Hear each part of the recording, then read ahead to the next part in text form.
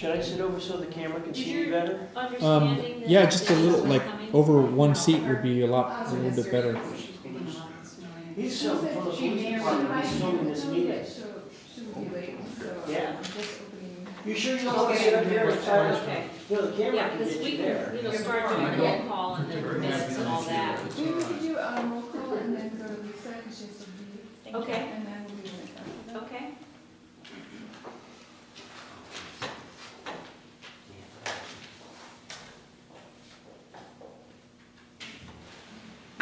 Hey! There she Oh, is. she did make it. I changed my mind, she's here.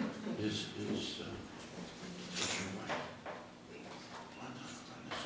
No, no. Okay. So, roll call, Karen Bliss, Here? Sandy Crittenden, Here, Denise Peppermint. Here. Kathy McKeithen. Here. Marion Oxford. Here. Jeannie Nile. Here. Joan Sanders. Michael Kashiwagi. Karina Lee is here. Okay, so, I think the next thing is we're gonna go to the CEQA process and Lisa. Thank you. I can maybe just give a quick overview for CEQA, for those of you that are not familiar. Have you talked about before at this committee level? Yes, but, briefly, and it's complex issues, so I think Okay, it's good. I'll give a quick First overview forward and and then, sort of look at, and just compare what we were thinking about doing in the beginning, because we had a pretty good understanding of that, Mhm. and maybe why we're looking at reviewing the process, and okay. where we might want to head, and, why. So we're required under the California Environmental Quality Act to review all projects for compliance with CEQA guidelines. And there's different levels of review. So CEQA does have listed projects that would be exempt from further analysis. An example could be a single-family home or small infill development. The next level of review is what's called a negative declaration. And after preparing a initial study checklist, which is contained within the CEQA guidelines, if you find that there's no significant impacts as a result of the project, you can then prepare what's called a negative declaration. If there are impacts, but they can be mitigated, example, take down a tree is an impact, it's a conflict to our tree ordinance, but you replace it with 2 trees, so you have a mitigation measure, then you can prepare what's called a mitigated negative declaration. And that's the process we were initially looking at for the library, because our initial thought was there was not going to be any impacts that would be considered significant and that we could not mitigate. Mitigated negative declarations, we prepare them for large tree removals before the Planning Commission. Some of the school projects that are smaller in nature, we would prepare that type of document. The next level is what's called an environmental impact report. And I think in general, the public is more familiar with the term environmental impact report and not quite as familiar with the negative declaration, because you would see that publicized more. An environmental impact report is a more complete document, has more complete analysis in it in the different sections. It also has a more robust public comment opportunity period. So the negative declaration is prepared at a staff level and then presented before Planning Commission and City Council, and then it's accepted. The environmental impact report, we would establish a scoping meeting early on in the process where you get all comments from individuals on their environmental concerns about the project. That helps you then know where you want to focus your analysis. Once the draft is prepared, it's circulated for public review, and you have a 45-day public review period. Once those comments are submitted, then we're required to respond to all those comments that are related to the environmental. I mean, if it just says, I don't like the project, you say, thank you for your comment. But if it's related to the traffic, we may want to expand on that discussion and provide a response. Then those responses together with the draft environmental impact report become your full environmental impact report. That would then go to Planning Commission and finally City Council for certification.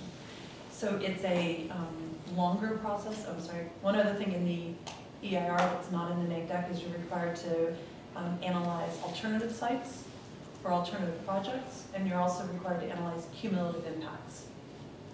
An alternative project could be a smaller facility, or it could be a facility at another location. Cumulative impacts would take into consideration all known projects that are in the vicinity, and we need to then define what the vicinity is. So it could be some project in Menlo Park that could impact the traffic, and we would put that together and evaluate the cumulative impacts. So going forward with this process, we involved the city attorney very early on, and they agreed that the mitigated negative declaration was the appropriate process. As we moved forward, and there was a lot more public opinion on this topic, the current city attorney feels the better process, and we agree with him, is to prepare the full environmental impact report. And the courts really look at that as being the more complete document.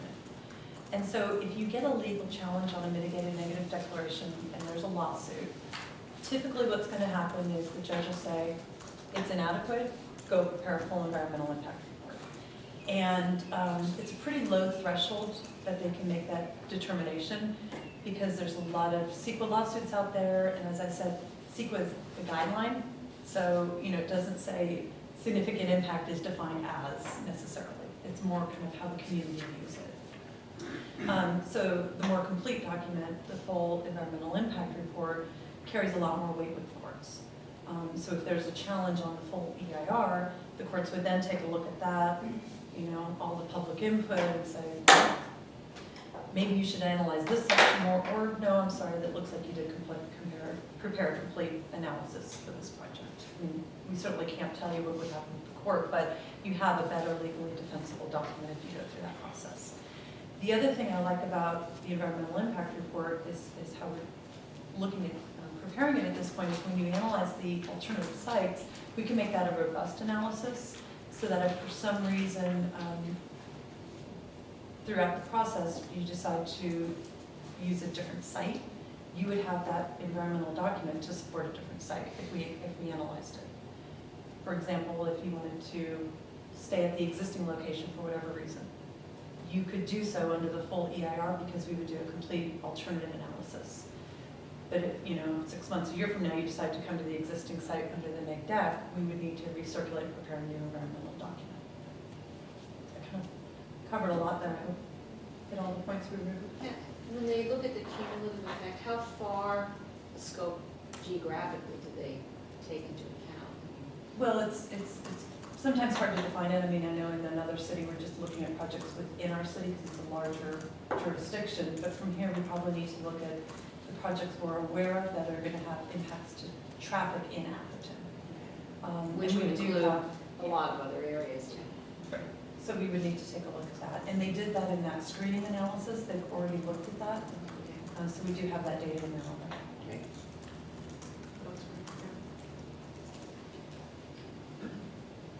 And while parking is not part of the EIR, Correct.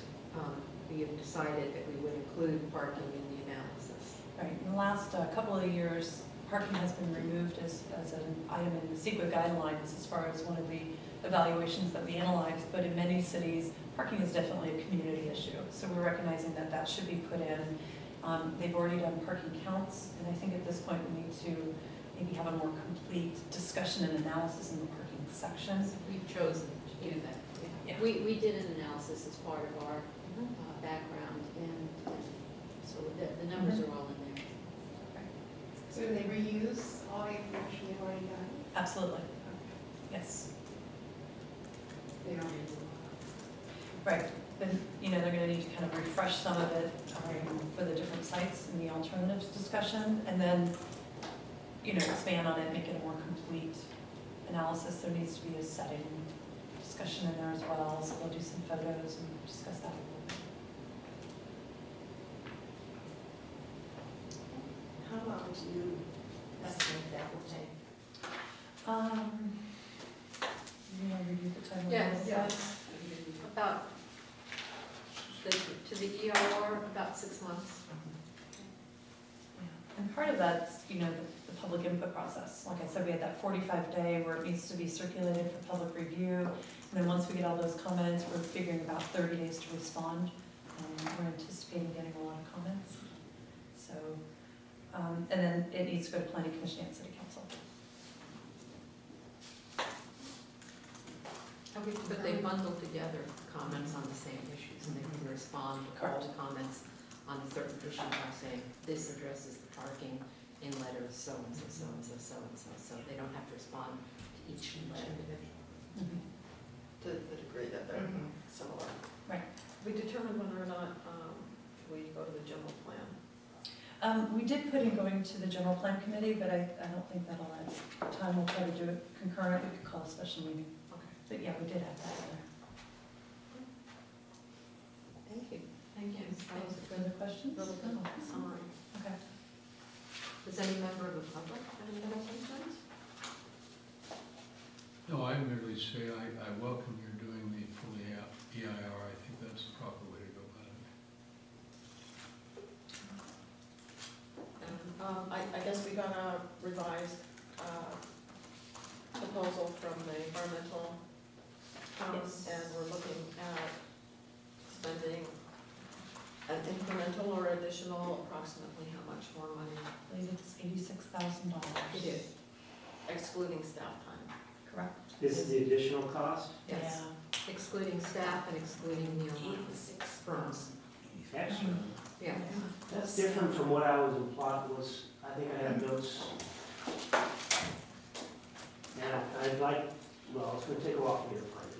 So that would be a total budget to the environmental consultant of $155,000.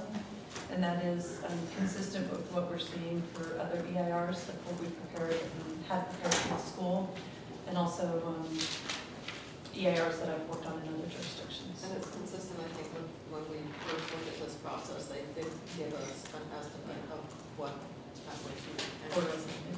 And in terms of order of magnitude, we had that back in, I think, March, April. But again, Sandy, that's not including staff and or Neil Martin time. I just remember, and I think it was, I don't have my notes that I can't. I've You got a lot of thought it was pages. going to be lower, because I remember you saying, How much was the incremental cost to do from the mitigated negative to the EIR? And he says, oh, it's just a short step yeah, from what we're gonna have to spend. I said, well, okay, that makes sense. yeah, I remember. Now we're finding the short step is a multiple of 2. Well, there were divergent opinions at the time, and I remember you repeated the one that was a lower figure, because I remember thinking it could be a very high figure, and you had said like 130 or 120 or something like that, and I thought, I'm not sure Sandy's gonna be happy with the final It's figure. actually, the total is consistent with the proposal that we received from LSA when we got the response to the RFP. That figure is consistent with that, because that was one of the response questions that we requested from all the respondents, was to break it down in terms of the cost for the different types of analysis. Yeah, and that question wasn't to LSA, I think it was to Neil Martin. Okay. Somebody at Neil Martin, Mhm. maybe Neil himself. It was Neil, Okay, thank you for remembering. because I remember being surprised by what you said and thinking, well, we're in for a shock. So, essentially this morning we have a discussion as to what, this committee feels we should recommend to council, and from there. Well, I think it's pretty clear that, the council has said follow CEQA process, so we will follow the CEQA process. That would be our recommendation, including parking, which we've always recommended, because we know that's a concern, including as full a scoping as possible. I mean, we want all the issues out, we want all the community concerns out. We want, I think we're all exhausted by the thought that people have not been included in this process, despite all of the emails, all of the mailings, all of the openness we've tried to generate. So we're going to continue to try and be open about this, and so let's go forward.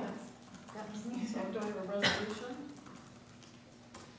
A motion? Motion, yeah, thank you. I move that we move forward with the environmental process. I'll second. We want to clarify that to the full EIR. I guess that's what we need to do. Yeah, we move forward with the full EIR process. We may. I'll second. Do we have any public comments? Any additional public comments before we vote on this? All in favor? Aye. Nice. I think, I move that we authorize the additional 86,000 for LSA for the environmental process, extend the contract. Second. I It has to go to council. That's what I mean. We recommend the council We authorize. recommend the council authorizes the additional 86,000 for LSA to do the full EIR. I believe also that staff will be providing an estimate of what staff time will be for this part of the process, as well as the planner. And so as part of this resolution, do we want to include the required staff and planning? Are we going to see those hours in advance of them being spent as a forecast? Or? Yes, they will be providing a forecast. We Maybe don't have it ongoing. right now today, but we will have it'll be part of a report that will be presented, I believe, at the November meeting. And But each month, are we going to have forecasted? we're providing a forecast for the entire environmental process, Mm-hmm. and the library will receive, as they are receiving, a summary of all the funds that come out of the account. I guess my question is different than that. In addition to that, are we going to start receiving a forecast for staff hours projected for the upcoming months on any project? For this, that will be taken out of this project? Yes, but that's separate from It's the, a separate- it's separate from the EIR Exactly. process, but yes, they are working on a Okay. memorandum of understanding between the library and the town. Now, the 155,000, is that kind of what is expected as a total? Okay. For At LSA. this time, for LSA. For it, just for LSA, LSA. that's the, what was paid before plus. Plus the 86, 29,000. Is it a not to exceed contract? So do you want to amend your motion to include Neil Martin and staff time? Or we could do a separate one if we want to do it that way too. Well, do you Does want that to need do to be that at the approved by meeting? You council? have the projection. I don't think you have the information yet. Yeah, we can do it at the meeting. Does that mean Yeah, to be we approved by have, council? we have, I think, enough authorization to get through the next few months. So Okay, you can do that at the next meeting if you want. great, thank you. All right, that's helpful. So if. We didn't want to hold it up or cause a problem for. But then, you So know, we're there's something you haven't seen. Yeah, we didn't want to start a process or, funds that the council hadn't already approved, and there is, Neil Martin and Associates provided us with a summary of the original budget for the environmental process, the amounts spent today, and the remaining amount. And there's approximately $4,000 remaining in what was originally approved by the JPA and the council, and that should at least take us through till the next meeting. I think it would be wise, however, to see through Ginny's motion to the extent that we know that there is $86,000 additional cost with regard to LSA, that we make a recommendation to council to approve that cost. And keep it separate from the staff? Yes. Okay. So, I don't think we need a resolution for this stuff at this point, because we should probably have the entire budget. Yeah. Yes, but we do know this, we should I recommend. recommend that we approve, or recommend to council that we approve the 86,000 contract extension for LSA for the environmental work. Second. All in favor? Aye. Aye. Opposed? Thank you. So, the next item on our agenda this morning is, I think, a discussion about the composition of our committee and to, reaffirm, I think,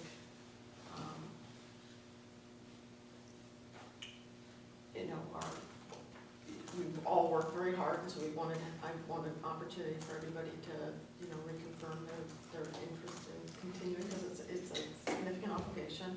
And then also, the establishment of an environmental review process subcommittee, because there'll be a lot of follow-up work on behalf of this committee, and to be effective and to respond, we thought it might be helpful to have a subcommittee. Subcommittees have worked fairly well for us in the past, but putting together the RFP for the architect, the RFP for the environmental consultant, and the putting together of a report. So I wanted us to maybe talk about that this morning and get your views. So, So there's the RFP for the architect and the project manager. what we're talking about now, though, is, what I was saying is that the subcommittees in the past, putting together the RFPs and some of the other work we've done has worked very efficiently for us. And the question is whether we feel it's appropriate to have a subcommittee for the environmental review process. No, I think it is appropriate. And I'd be happy to be on that, to work on the parking issue again, since I did the work on that originally. And talked to all the various groups that use the park to tie into the traffic numbers that they have, so we can make sure that we understand what's going on. What would be the function, other than Karen's description, what else would be the function of this subcommittee? To,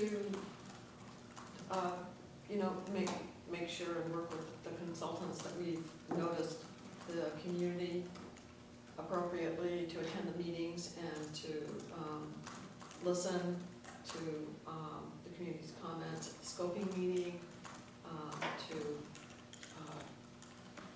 check on the schedule, that things are moving and the manner in which we want them to move. If there are questions about any of the studies, we've been working on this for a long time and we're very familiar with the project, and so it would be efficient. We're not looking at an extensive number of meetings. Certainly there might be a few between now and the time we complete the scoping meeting, but thereafter LSA will be really doing most of the work. And then, they'll have the report. We really want to be able to review that report rigorously and to provide comments as well. And so that's really the role. Additionally, I think you might want to consider, if you're interested in the subcommittee, that currently the time to meet with Neil Martin is 10 a.m. on Wednesday. I'll volunteer for it. I made the Heritage Room and the materials we have available to LSA when they did the preliminary work. And we certainly help out when we were that way. I'm available. And I'm interested in being on the environmental review committee. So we have 3, correct? Yeah, 3 committee members. 4, 1, 2, 3, 4. Only 3 are allowed. Only 3 are allowed. Oh, And okay. But I just made information available. on the council, what do you think?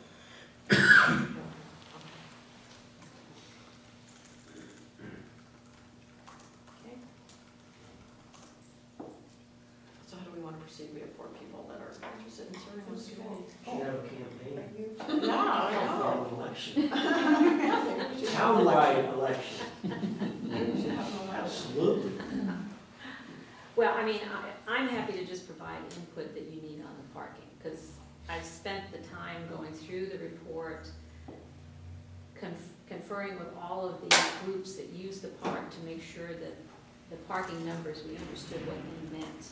And we're comfortable, yeah, and I think that's something that, the parking count people are not gonna understand is, so, I'm happy to go over all that information with people when they need it and just focus on that, and so, They can interview you. Or, yeah, that's fine.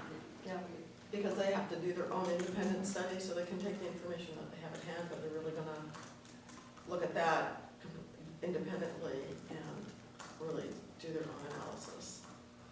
But they're not tying into the actual groups that use. They will be. They will be this time. doing that work. Okay, They will be doing that work. okay. And my understanding is that one of the Park and Rec commissioners has been putting together a schedule of all the different park uses by the sporting groups and other organized groups. That think it was supposed to be finished a couple of months ago, but it's, still hasn't been heard yet at the Park and Rec meeting, but I anticipate that being completed shortly, and that would be something that LSA could follow up on as well. Yeah, but that's basically what I did individually, is go through with all the groups and stuff, yeah. Okay, that's fine. So then, should we nominate Kathy, Ginny, and Denise as the Environmental Review Process Subcommittee? I so nominate. Second? A second. Your public comment? Public comment? I would have a question, and that is, would the subcommittee be having public meetings that are noticed and open to the public and subject to the Brown Act or not? No, that's not the definition of That's not the definition of the subcommittee. subcommittee. So the subcommittee can meet in private and the public would not be allowed to attend or welcome and to make public comments? We could check with Teresa on We that. can check with Teresa, but basically, all our subcommittee is required to report to the full committee at all of our regular and special meetings. Mm-hmm. And any of the work that we've prepared is provided to all the committee members at the meeting. And any member of the public who attends that regular meeting The regular meeting. would receive the work, the copies of the work that is in progress, as we did with the report that we provided to the council. The drafts were provided to the full committee, and copies were made available. And there are no actions or decisions that can be made by the subcommittee. All of their recommendations come to the full committee and are discussed in a public meeting. Would the subcommittee keep minutes, written minutes, and would those be submitted to the full committee, or would there not be a requirement for the subcommittee? There's no requirement under the Brown Act for No. that, but Okay, our recommendations and our work is discussed extensively in our regular meetings. would the subcommittee's responsibilities and duties be defined in writing? What would the duties of the subcommittee be, and what would be the scope of their activities? The scope of our activities is to interface with the environmental consultants and staff to ensure that the environmental review process is on schedule and that we are addressing all of the needs of the community and to make sure that it's a rigorous process. We're not making we cannot make any decisions, and we have no influence over the environmental consultants. They are required to do their work as required by CEQA. They are independent contractors, and they've been engaged by the town, and the selection was made by the planner. So they're primarily an informational. It's a way of providing information, Decision-making. and it's a way of providing more information to this committee and any interested resident who attends our regular meetings. And maybe I missed it earlier, but who is going to select the environmental consultants? The environmental consultant has been selected. An RFP was issued by the planning department in the spring of 2011. The contract was approved by council. At that time, we also provided the town an estimate of what it would cost under the different scenarios of doing the environmental evaluation. And we are now making a recommendation that the contract be expanded to include the full scope that was in the initial proposal. The initial approval was for a scope of work that included preparing a mitigated negative declaration, because that was what was felt appropriate for this project, both by the planning department and the environmental consultant in the spring. However, things have changed, and we are reevaluated, and hence our recommendation today. And in effect, is the town hiring the environmental consultant, The town, selecting them? the town already selected them. Mhm. It was a RFP initiated by the planning department. It was a selection recommended by the planning department, and it was approved by the council. Okay. And would they be paid out of this $5+ million library pot All of the money? expenses, Come out of your cap. including staff, are paid of the library fund. And the report is on the website. The consultant's report, So far, their work. the work they've already done is on our website. All right, Yeah, thank you. under environmental. Thank you. I have a question, I'd like to direct it to our cameraman. Certainly. Is this gonna be on the internet, what you're doing now? You'd have to ask Sherman Hall. I'm not sure. Because Jack missed, I think, a really nice presentation from our planner, and I would recommend if you can get a chance to see this, that should be very informative for So you. is the answer it will be available? He doesn't want to give us an answer. We don't know yet. But perhaps you might want to check with the police. Yeah. Stay tuned. We can meet with you another time as well, discuss further if you want. Thank you. Sherman Hall is the one to speak with. So, just to back up, so, in nominating Denise Kupperman, Kathy McKeithen, and Jenny Nile to the environmental review process subcommittee, I think I have a motion in a second, but, did we vote on that? No, we didn't, we opened it up, actually, before we took the vote to public comments. Received a comment from Jack Ringham, and I just wanted to ask, if there are any other public comments before we take action on this motion.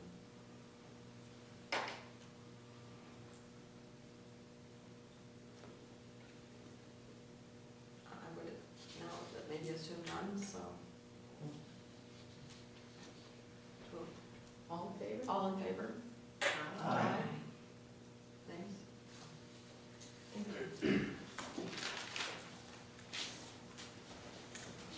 Thank you so much. Thank you very much. She's a librarian. She's a director. Thank you, Lisa.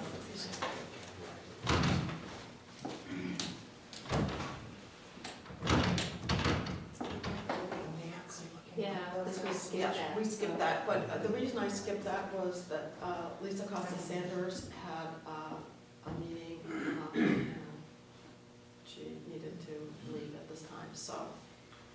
Has everyone had an opportunity to review the minutes for September 15th, 26th, October 6th, and the October 13th meetings?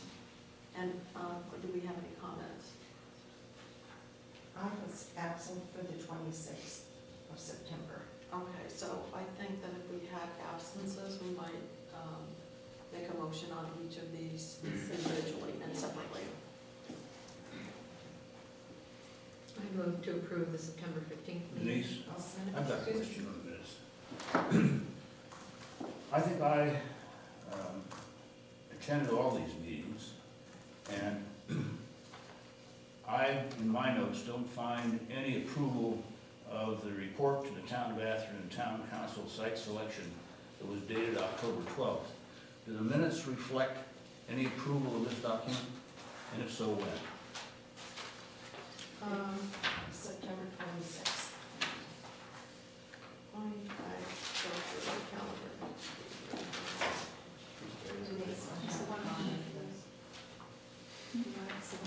So it's the site analysis report approved by unanimous vote of the committee. September 26th. Is that the site selection report? No. Yeah, that was approved, I don't have it. September 26th. September 26th, it's point number 5. It's beyond my recollection, because I believe I was there and I didn't hear that. September 13th? September 26th. 26. It's And point number 5. It was, Number 5. if the report, if it was approved on September the 26th, reports dated October 12th. There were two versions. That's the one for town council. It had a different, the heading, the front page was different. Because they were addressed to they were addressed to two different organizations within the town, but they're essentially the same report. The one on the web, you can see that it has the town council on the October 12th version. And the other one is the park and rec. On the heading page. Is the October 12th version the 33-page report that went to the council? That's correct. And it is essentially the same report as was provided the Park and Rec Commission. Were there any differences between the two? Only grammatical, editorial. But the second one was never voted on and reflected in the minutes? We voted on the report, when we made the vote was for the council report, that we intended that report to be the report that we presented to council. And recognizing that we were providing a report to the Park and Rec Commission, we addressed the report that was provided to them as being for them and titled it the report to the Park and Rec Commission. But they are essentially the same report. The only differences are grammatical, The only no differences in substance. No, and the front cover says park and rec, and the other says town council. council. And There different dates. is no difference in substance. Does that answer your question, Phil? Not completely, but that's the way it has to be. What were you looking for? That there was a clear approval of the report to the town council on the record, and I don't hear that. I hear it was essentially the same, which leaves some openings someplace. I just wondered how it happened, that's all. We had a motion to approve the report that we had at our meeting on September 26th. That document showed that it was the report that was going to be provided to council, and we had a motion and we approved that report.